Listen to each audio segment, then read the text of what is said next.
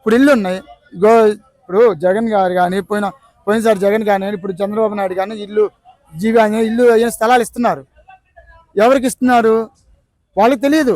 వాళ్ళు ఎంతమంది ఇప్పుడు కొంతమంది పెళ్లి చేస్తారు, వీళ్ళు వాళ్ళు వెళ్ళి వీళ్ళకి ఉందా లేదా అని వీళ్ళు చేయలేరు కదా.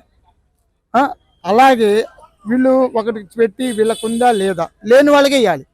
ఉన్న వాళ్ళకి సొంత ఇల్లు కొత్తపేటలో 2 ఇల్లు ఒకరికి ఉన్నాయి. వాళ్ళకి జగన్ గారు ఉన్నప్పుడు ఇల్లు వచ్చింది, మళ్ళీ మొన్న ఇల్లు వచ్చింది.